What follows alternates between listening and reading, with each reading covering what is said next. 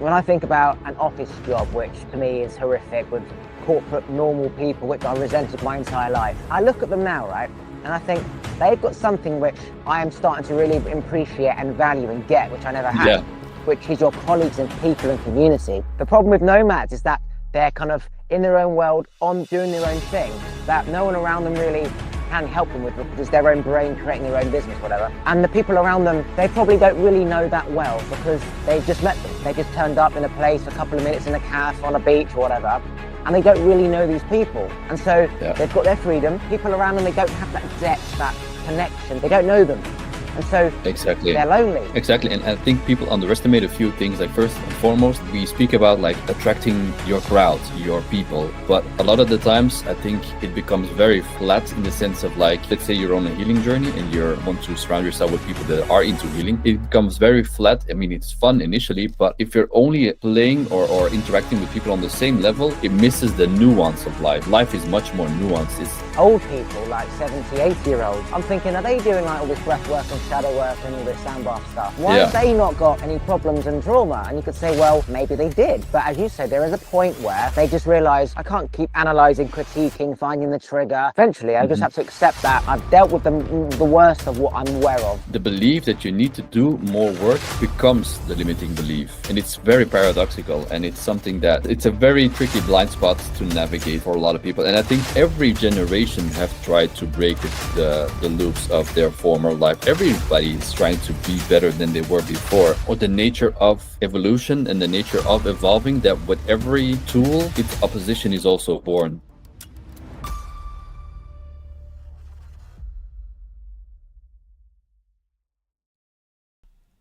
Just quickly, I just want to say a massive thank you to everyone who still listens to the podcast. I started 4 years ago, and since then I've had over 1 million downloads. I get 5,000 downloads per month, and I've had over 200 different guests. So a massive thank you to everyone who still listens. If you could please do me a favour, if you could rate and review the podcast, that would be amazing, because it helps get the podcast out to new, conscious people like yourself. And my goal is to awaken as many people around the world. You can also follow me on Instagram. It's YesKingOliver, should you wish to see what I get up to on my day-to-day moments. Back to the episode. So I'm about to go traveling around Asia for 4 months on Monday. Something that I've wanted to do since I was 18. And I had to do some other things first. So I had to do some healing. I had to build a business so that when I do go, I'm emotionally, spiritually, physically ready, financially supported. And now that time has come and it's finally happening.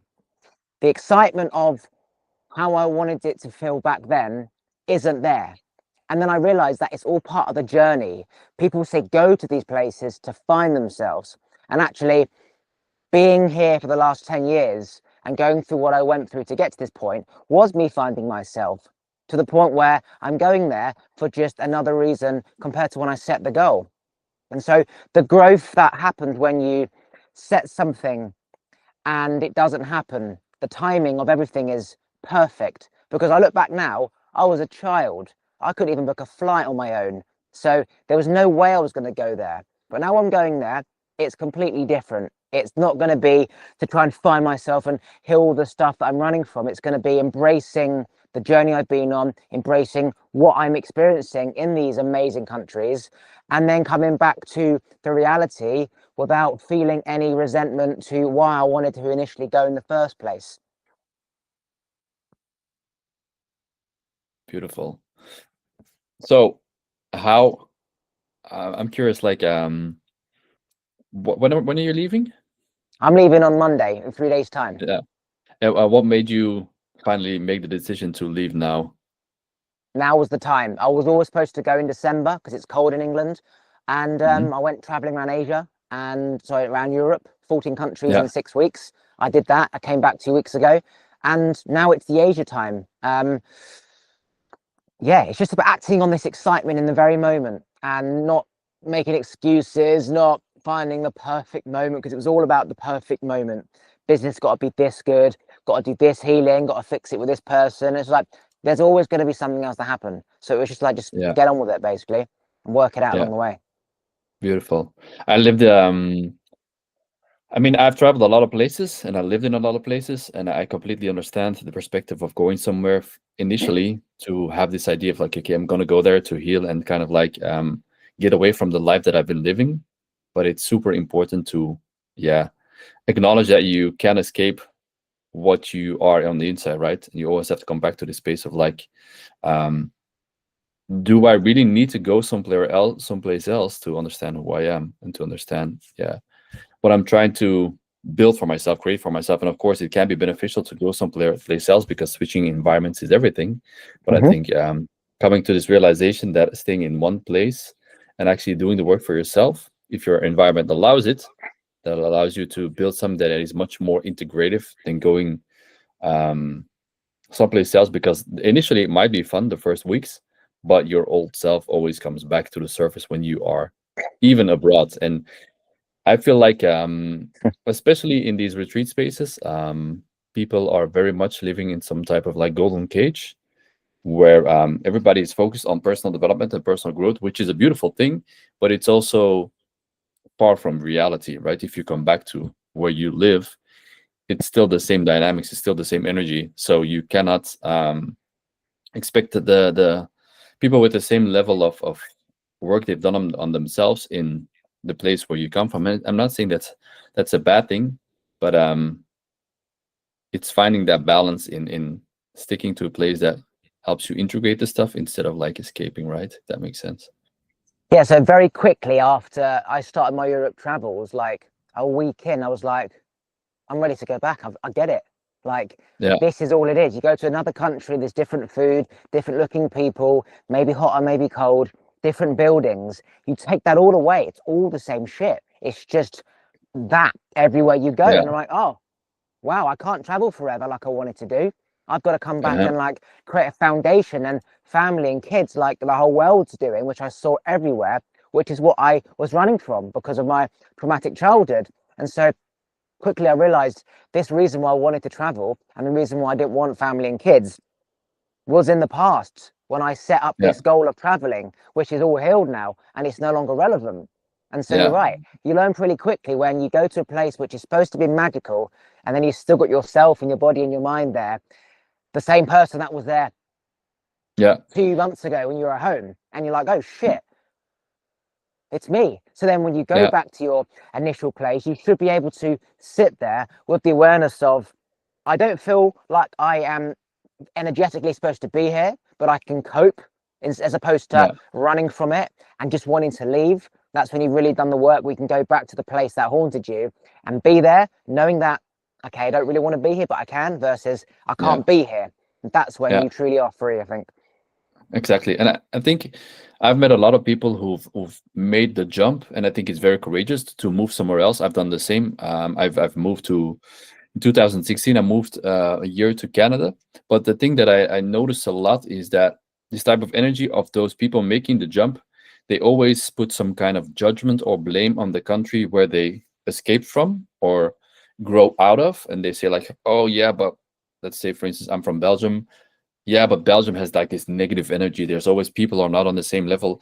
But at the end of the day, it's still you entertaining a certain level of beliefs. And you can learn to see beauty everywhere. I have been in many places. I lived in Colombia, Costa Rica, I've been in South Africa, Mexico, you name it. And I loved it. But I never got back with this idea of like, oh, I want to escape my country. I mean, maybe my first journey, it kind of was from that type of energy, but all my later journeys was more like, just purely from the learning experience, not to put any judgment or blame on the place where I'm coming from. Because if you train yourself to, or at least have this innate sense of beliefs that always see negativity in the place where you're coming from, you are going to take that belief system with you, and you're always going to stay somewhere, and you find relief for a few weeks, and then after a few weeks, that old self comes back up, and not just with the internal stories, but also recognizing the things that you disagree with, and then you'll that's something you see with all the digital nomads. They are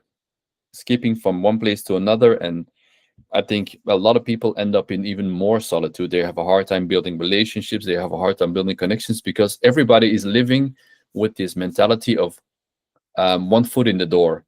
I see a potential partner, but there's many options more. I see a potential to build something and live here, but there's many more countries to visit. And I'm not saying that it's a bad thing to explore, either relationally, business-wise, personal brand-wise, play around. But there has to come, I think, for everybody, a certain stage of life with an energy maturity that you kind of feel like, okay, it's time to root myself and find a place where you can live and find a place where you can actually build relationships that last a lifetime. Because honestly, I don't think anybody is built to have such a vast amount of access to anything. You can see the problems in food. We have so many access to foods and distractions and technology, which is not always working towards our own benefit, right? And I think the same thing, we have access to travel anywhere, and it's beautiful to explore, but it takes a strong character, a strong personality, and somebody who truly understands energy maturity to really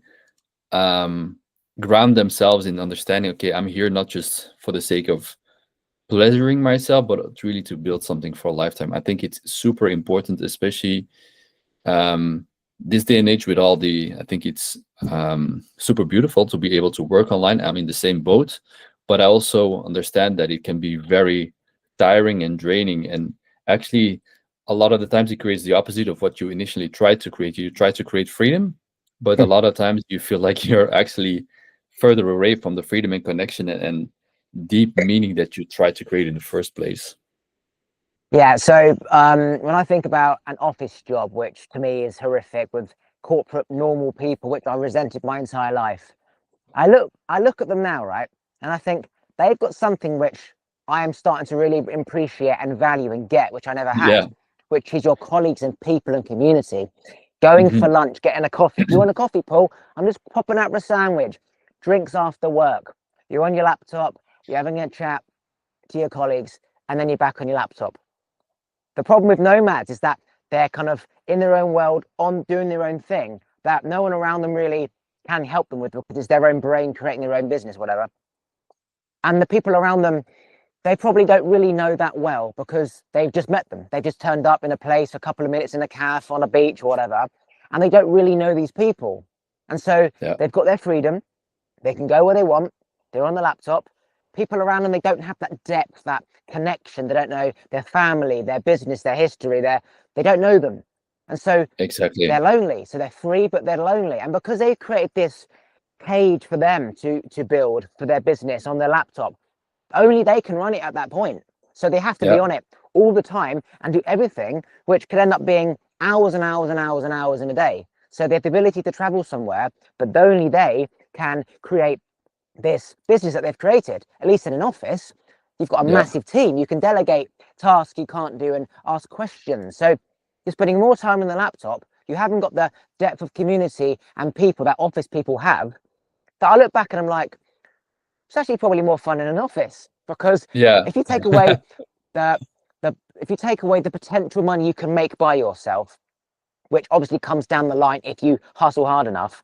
I used to think, I don't want to be in office, it's crap money an hour. Well, the first 4 years of my life, office people were making more than I was making, right? Yeah. So that was quite stable. I quite like that, to know I've got X amount coming in every month and I can spend that. So there's really pros and cons to everything. In the grand scheme of things, the dream is obviously to create your own thing, create a team around you, running your own thing, like the Mhm. office, where you're making more money, you know your people, and you've got more time off the screen, because now you've got other people doing it. But knowing that this is not true happiness and freedom, it was the alternative path, and hopefully along the way we've learned that, okay, I wanted this because of that. That's no longer there anymore. I get what's Yeah. important, but in the grand scheme of things, I would still rather control my situation in life and finances than be controlled. But I know this is not going to be more freeing and happy than someone in an office in London that people on the beach in Bali think is. You know what I mean? Yeah.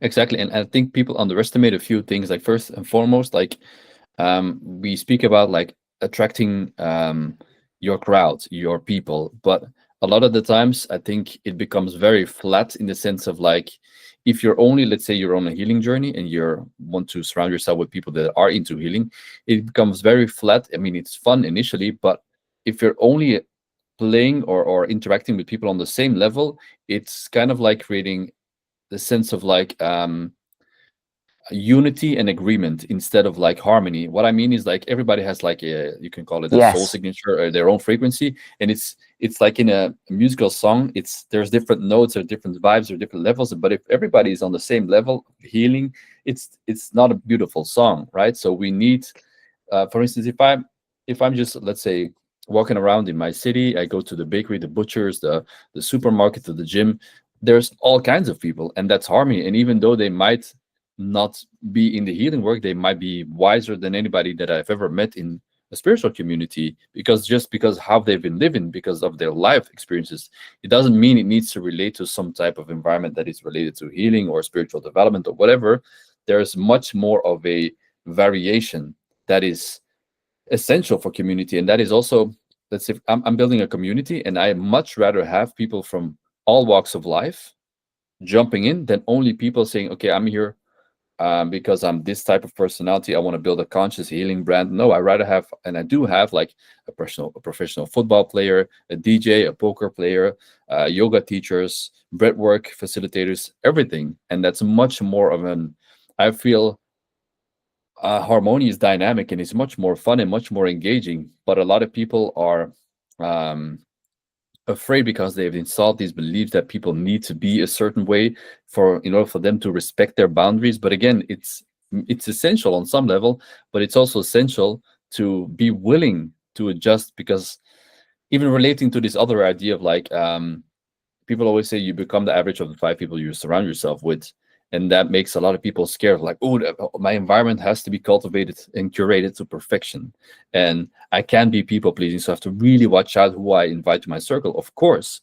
But if you have a certain level of spiritual maturity, your armor is strong enough to see beauty everywhere. And I'm not saying you should entertain everybody, but I'd say you have to have this, at least a level of discernment. And I think this is something that a lot of the online space and beauty you hear about, digital nomads and freedom lifestyles and etc., it misses the nuance of life. Life is much more nuanced. It's not so black and white and everything perfectly fit into boxes, that life is streamlined and perfect. No, life is much more nuanced and much more alive is a better word, I think, to Yeah, navigate that situation. you made a very good point, is that when you say travel to, say, parts of Asia where all the kind of traumatized spiritual hippie nomads are, you don't want to tread on people's toes. You don't want to cause any more extra pain. So you're always trying to do things in harmony, and often not say things that you would otherwise normally say back at home if you're in the post office. And so it's almost like we're creating an illusion of safety and comfort because we've created an environment that mimics what we ideally want. But it's not Exactly. it's not great for general growth in the adult real world. Going into a post office No. and having the postman disagree with you and you feeling a bit anxious, you can't just run and do some happy, create a men's circle and like say how you feel. You got to deal with this No. shit. So going It into like, say, the beach where you only want people around you to be in the same vibration as you, as nice as it feels not to feel discomfort, it's not good for life, because life is a mixture of pain and discomfort. Family come, family die. Like, we have a dog and then it dies 10 years later. This is normal shit. And whilst it Exactly. may be good during the journey of the initial unraveling of trauma and healing to create enough Exactly. safety to show up and be yourself and talk about it without being judged, that people in a post office and an office might do, at some point you have to accept, okay, I can't be in this bubble forever. I can't travel forever, because everywhere you look around you in the real world, everyone's got family, everyone's got a house and kids. Those kids are getting older. Nephews and nieces are probably getting older. Our parents are getting older. And the spiritual people, they're getting older. Everyone on the Bali beach is getting older. And they're all deep down chasing and longing for the same thing, which is, I want what everyone else had. Okay? I couldn't have that because of X, Y, and Z. Deep down, I wish I could have that. And then it's, why can't you? And then as soon as I ask my own question, that, why can't I have family and kids, as my sister's about to have a baby, and I'm looking around and I'm seeing everyone I know just have babies and dogs. I'm like, why can't I have that? And it was like, you can. You just put a barrier in place when you were 21 not to have that. and then I've just been on this mission to chase money to go to traveling, which now I'm doing. I'm like, it's not even relevant anymore. Don't Yeah. need to go traveling, don't need the million. And there's no reason why I can't have that. But the reversal, constantly reflecting on like why you are here instead of just accepting that, oh, that is just where it is. I don't want kids. I'm traveling around Bali forever. Why? Keep asking yourself why. Things change every day. Yeah. And I think, I mean, it's exactly as you said it. It's very okay to want to initiate in all these things initially. I've been through that space as well, so I'm not trying to blame anyone or point any fingers, because I think it's also an essential part to discover. If you want to reach the level of energy maturity to be fine wherever you are, you also have to have a level of immaturity of like, you're young, you're initiating, and I'm not talking about age specifically, but just like young in your level of experience in trying or playing with these fields or methods or practices or places or travels, whatever. But there again, like you said, there has to come a point where you become honest with yourself, like, okay, how can I actually integrate this stuff into real life? And it's the same thing, I feel like, with life, with coaching, with anything you do. Initially, you're always trying to figure out everything, every little shadow, every layer of unconsciousness, every limiting loop or pattern or thinking or emotion. But eventually, if you reach a certain level, you kind of like have this surrender. And when you surrender in these things of life, the thing that you've been looking for actually paradoxically comes to you much easier, because you're not so focused on the thing itself. And I think that's kind of like the danger and the paradox of healing in general, and all the stuff, especially with the last few years in trauma and nervous system regulation. I think it's super essential, super important. But I also think that in one point in time, you can get caught up in over identifying with triggers, over identifying with trauma and self-regulation and nervous system regulation and all this stuff, that you actually energize more of the stuff that you try to grow out of, right? If, let's say, for instance, I think Simon Sinek gives this example of like, don't think about an elephant. Yeah, you think of an elephant, right? And if I say don't focus on all the anxiety, what you do, you think about your anxiety. Don't think about or your triggers too much. Yeah, you're be constantly thinking about your triggers, and it, even though it can help you heal or become aware of certain layers, imagine that you're day in, day out, 24/7, 7 days the week, the whole year long, thinking about, oh, I react to this person, that's a trigger, I need to unravel this. That's not a way to live, right? I shared a post a few weeks ago about learning to live with the opposite energy as well. I call this the two perspective. On one end, you need to create awareness of your shadows, but the other side, I call this the aliveness of your shine, of your gift, right? And if you are so keen on unraveling every layer, there has to be an opposite force. I called it tethers in opposition to triggers. Let's say if you're had a phase in your life, a season like winter, reflection, dismantling your triggers, there has to be an opposite season like summer, right? Again, I call them tethers. Like, if there's a trigger, what's the opposite? A tether is something that positively reinforces the new person that I'm building. It's a sign of a future potential vision that I can embody, a desire that I can walk to with positivity. And I learn to see that in everything instead of only learning to see triggers, right? Because if you're only learning your system to recognize triggers, you'll always be, again, working trauma, and people start with a few days, a few weeks, a few months, a season of life, and that turns suddenly they're 10 years further along the way, and all they've done is shadow work. And again, I'm not trying to dismiss shadow work. I think it's super essential. Everybody needs to do it, but there has to be a counteractive force to kind of balance the dynamics. Like the same thing, feminine, masculine energy. There has to be this duality in this world, the physical world, to compensate what you're doing. If you're spending time reflecting, put the same amount of energy into action. Because let's say if a belief or shadow works help you stretch something in yourself open to kind of give you that spark, what are you going to do with that spark? What are you going to do with that energy? That energy has to ground itself. It's the same online. You see all the information, but what about the implementation side? If you're every day you're scrolling, looking for information, it's the same with the consumeristic culture. You're always eating, but you're not nourishing yourself.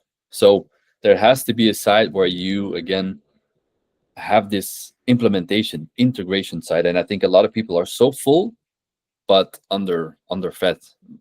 They're not really integrating, not feeling embodied, right? And although there's a high level of awareness, there has to be the opposite side as well, I think.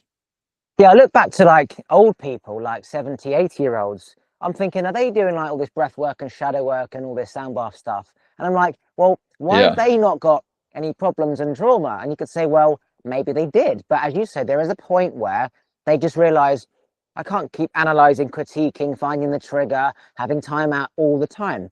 Eventually, I just Hmm. have to accept that I've dealt with the worst of what I'm aware of. And as stuff Exactly. moves forward, I can't just spend 2 weeks out and do a healing course. I just have to get on Hmm. with it. And then you just learn to Yeah. get on with it. And then I think, Yeah. well, if we know that storing all this negative energy is not good for us and it can create disease and cancer, how come they've not got that?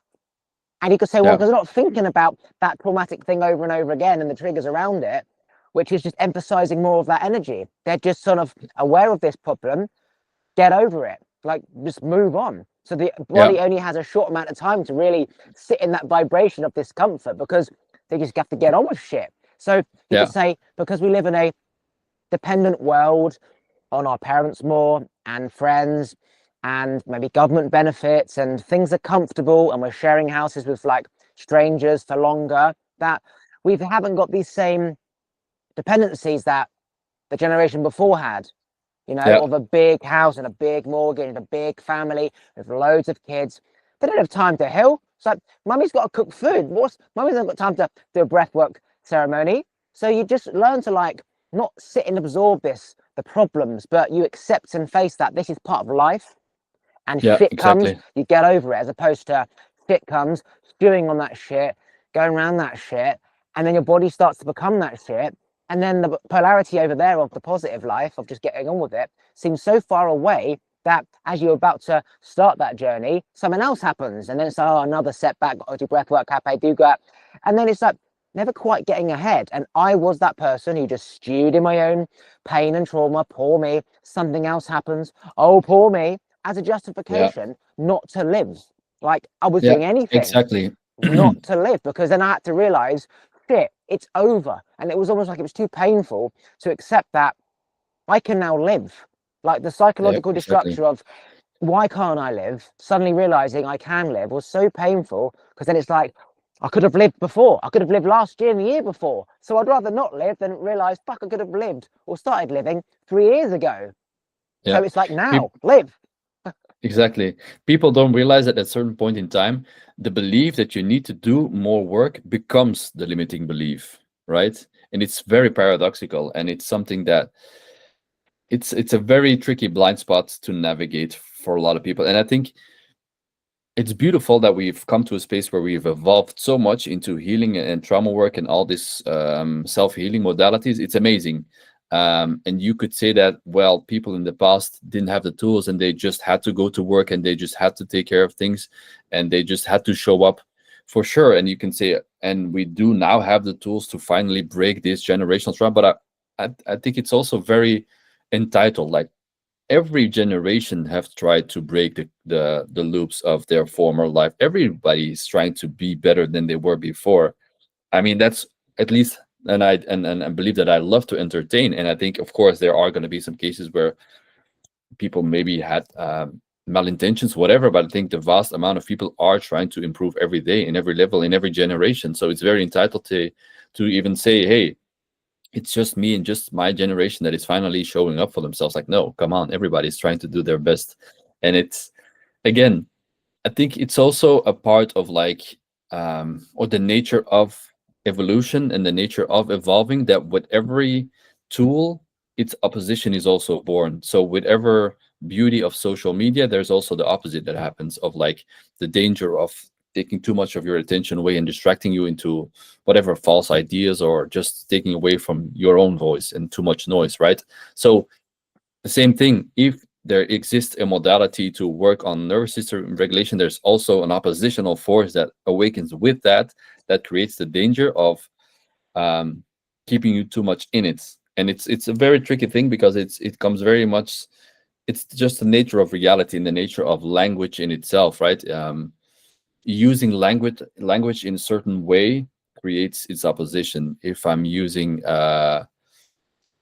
what can I use as an example? If I'm always using the idea of like I need to do the work, then you're also admitting that you're not whole, right? But if you're always saying that I need to keep on doing the work, then you're always going to keep admitting that you're not whole as you are. So it's just the nature of reality. We as physical beings and related, connected to language, to expression, there is always that counteractive force that awakens with something new, and that's, I think it's a part of evolution. The same thing with technology, right? AI is in such a huge evolution, and people also see the are scared on some on the other side of AI, right? There's always two forces awakening with one concept or idea, right? If that makes sense.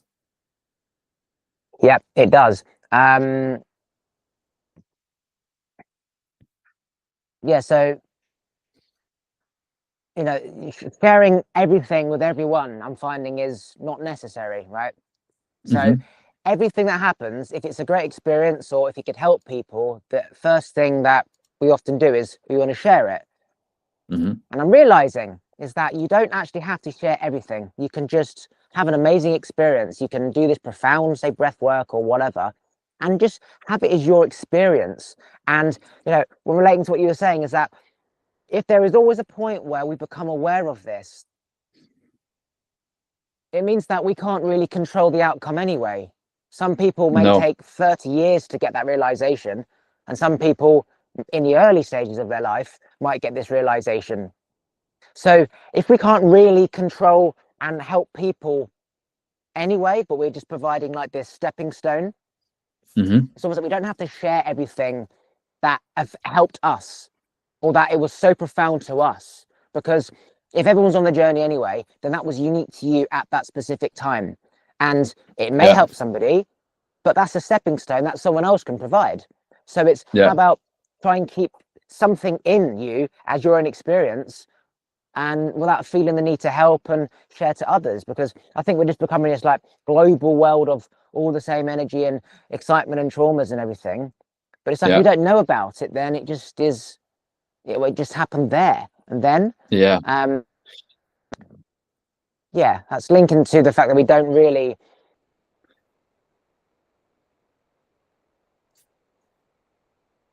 and sometimes we don't actually have to feel like we have to provide that extra stepping stone, like whether we do or not, the outcome is still the No. same. They're still going to get there and realize, or they're not. Yeah, I think there's two sides to it. On one end, I think it can be beautiful to share, but I think you have to really have a tight community of people building something together, where it can really be beneficial. But it's also, once you start talking about something, you also change the experience of it. Not just things you're creating in the future, but things you've gone through in the past. Like for instance, you went through an experience in the past and you tell it to one person and the story again to another person.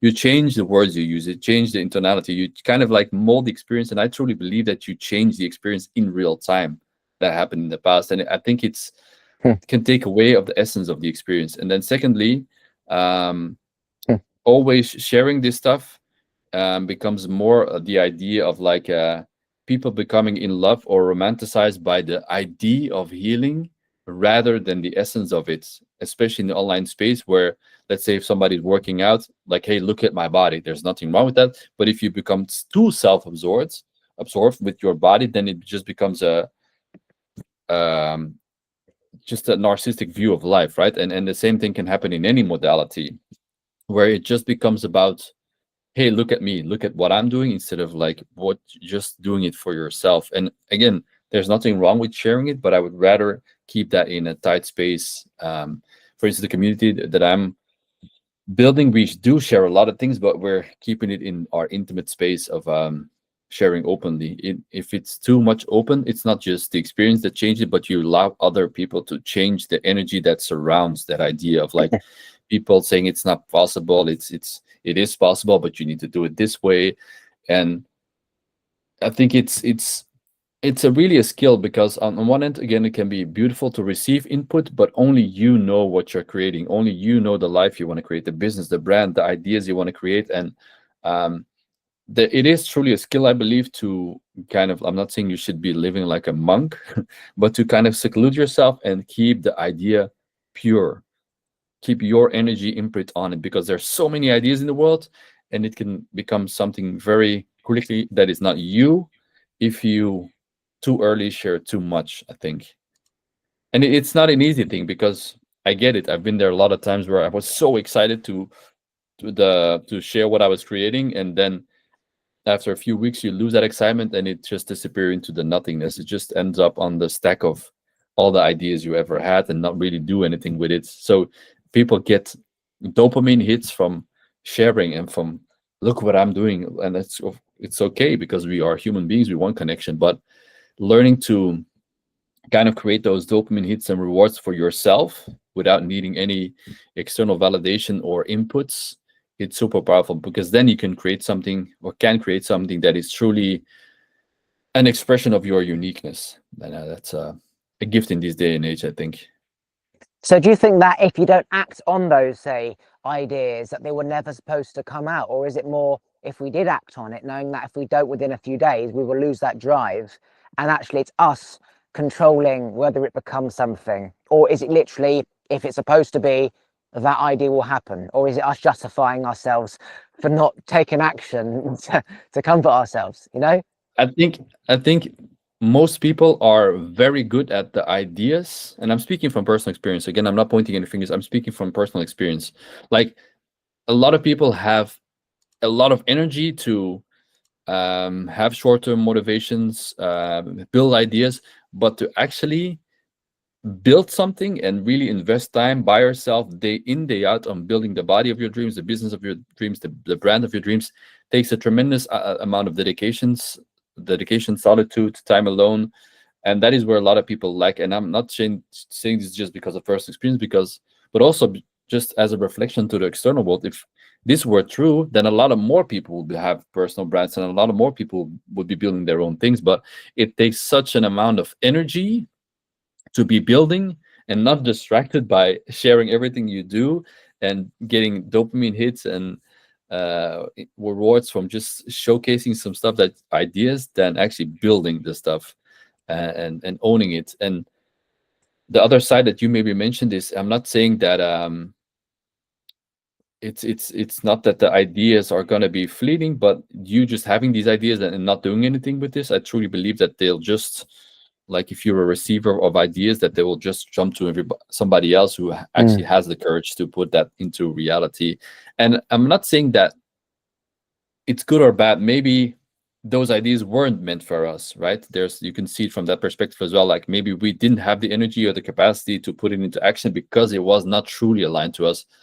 But on the other side of it, trying, and even if you tried, you fail, if the idea wasn't yours to begin with, you still learned to put things into action, and that's more valuable than anything. I've done a lot of things in the past and learned to put things into action, and failed more often than I can count on my fingers. But it's who I've become along the journey, right? The personality that know what it means to be consistent, to show up for myself day in, day out, to cook my own healthy meals, to hit the gym, train my body, journal, to work on my business and brand day in, day out, and really saying, okay, this is my idea, and I'm not going to stop until it becomes what I want it to be.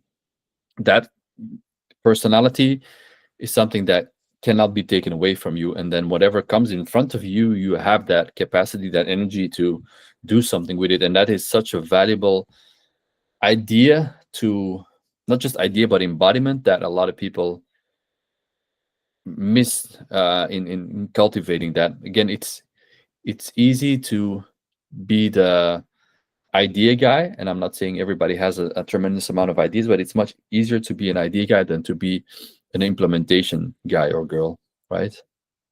To really put things into action. And I'm not saying, because there's also the side to it, like, some people, it's very nuanced, right? Some people don't have the capacity to put some things into action. It's usually always the case because they're have some certain level of self-sabotage, because they just freeze. They have the ideas, but once the work is there and they need to do the stuff, they just freeze, and like they sabotage themselves, because inherently or unconsciously they believe they're not worthy enough, or it's not meant for them, or it's not the right time, or they don't have the resources. And 90% of the time, this is the issue, right? And it's important to then again do the internal work, but It's not an easy space to navigate, but I think especially in this day and age, it's super important to learn the opposite side as well, but do it action taking from a very aligned space, not just action taking for the sake of performance, because we also live in a, excuse my language, in an age of productivity porn. Like, oh, I need to have this app, I need to have this distraction free computer or whatever, all these tools, and stacking and creating this perfect routine. But no, just like learning to do something from an aligned space with the capacity you have for that day is golden. And learning to do one thing at a time is, yeah, it's easy, not simple, right? Yeah, absolutely. If you had one day left to live, what is the one thing that you would tell the rest of the world? Oh, that is not an easy question. If I had one day to live, what would I tell the rest of the world?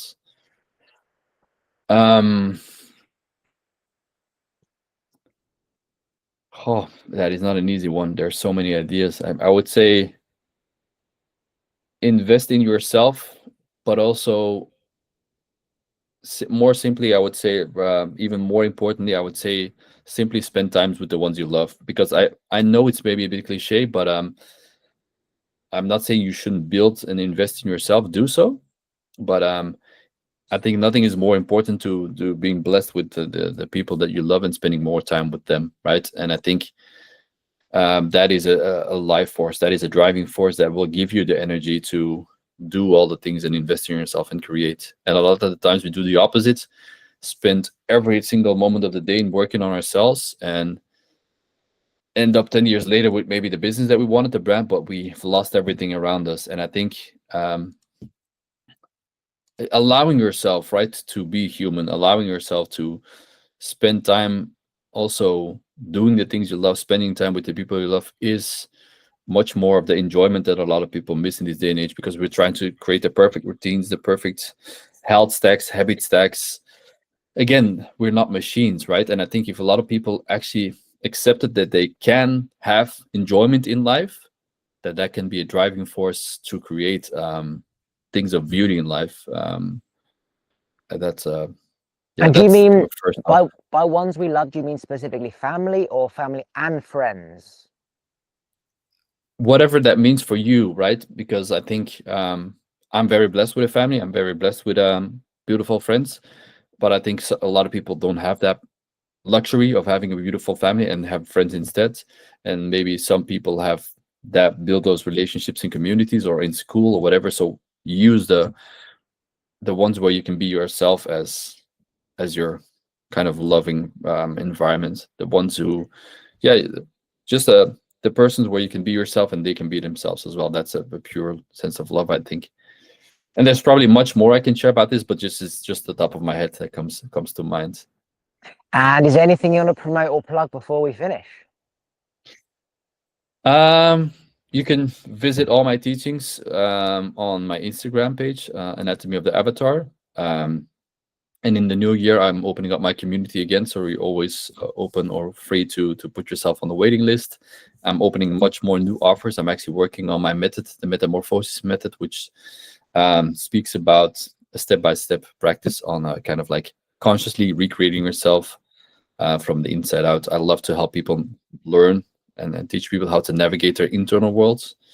So yeah, that's something that's going to be integrated in my method. But again, if you just follow me on Instagram, then you'll see enough stuff that can inspire you, hopefully. Thanks for listening. If you like this episode, please remember to subscribe, turn the bell notifications on, like the episode, and comment below. And if you want to follow me on Instagram, it's YesKingOliver.